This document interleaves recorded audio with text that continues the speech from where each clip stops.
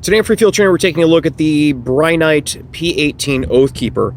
Brinyte sent me this and one of their other flashlights. It's like a safety light called the Apollo out for review. We're going to be looking at that later, but this one seemed the most applicable to police work in general, so we're going to look at this one first. Now, Brinyte takes an entirely different approach from lots of other flashlight makers.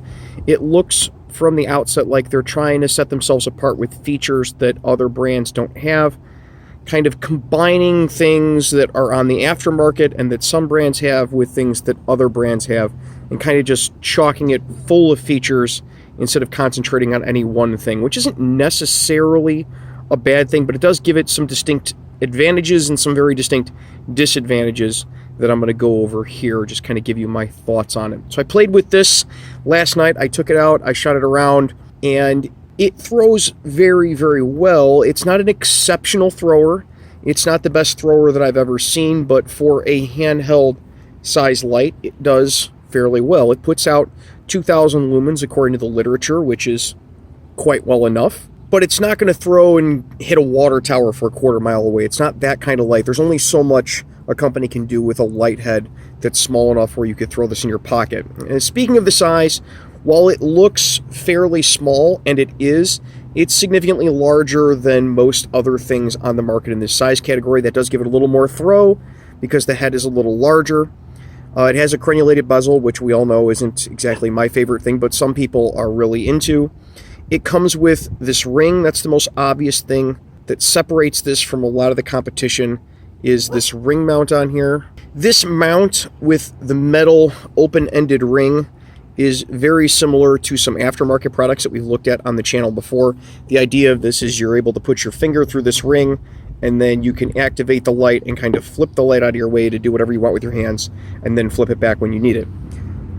Now, my concern with this setup is that, one, the ring and the pocket clip are all one component.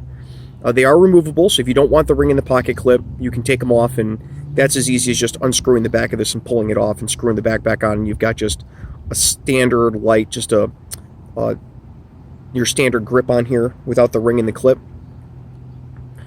The issue is that this ring, unlike the aftermarket versions out there, isn't polymer, and the edges, while not sharp, are definitely not rounded to the point where I'm no longer worried about this causing some sort of injury if you start using this with the ring and someone grapples with you and starts cranking your finger with this ring. While it's unlikely to break your finger because it's open-ended, obviously it's going to bend out of the way, I'm afraid that it might actually end up cutting your hand.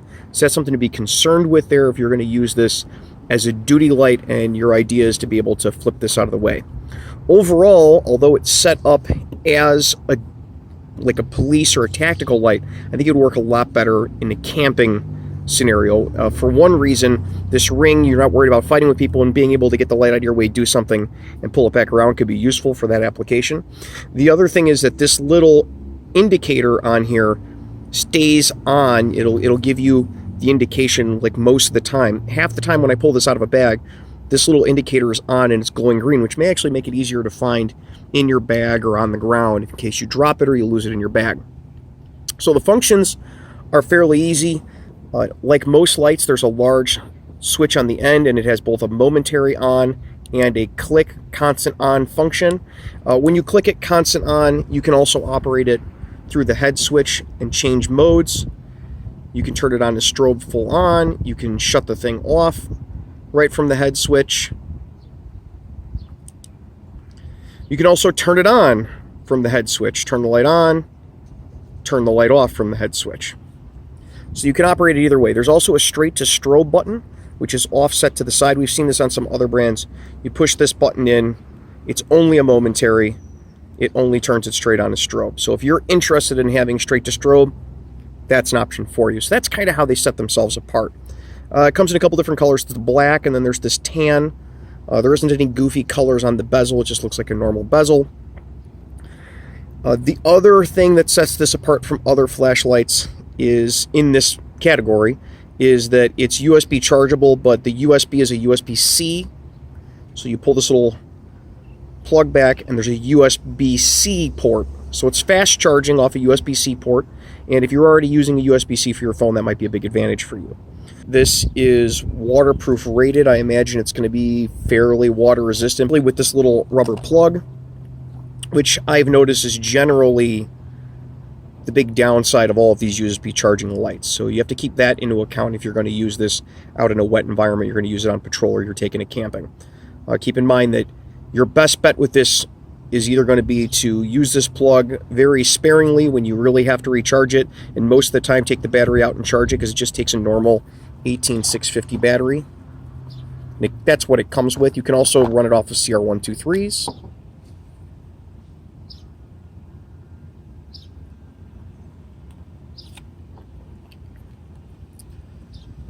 But I wouldn't be going and pulling this rubber plug out and charging it as a regular matter off of it, because that is generally how these things end up getting waterlogged and destroyed, in my experience with USB and USB-C charging lights.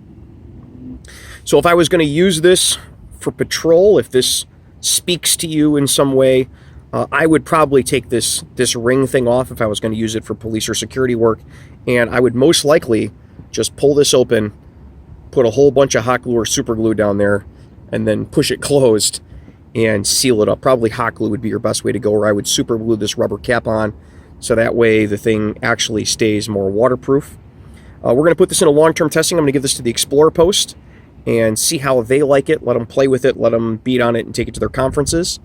And maybe this will be part of an upcoming, where are they now with flashlights in the future. So that's Brinyte's P18 Oathkeeper flashlight.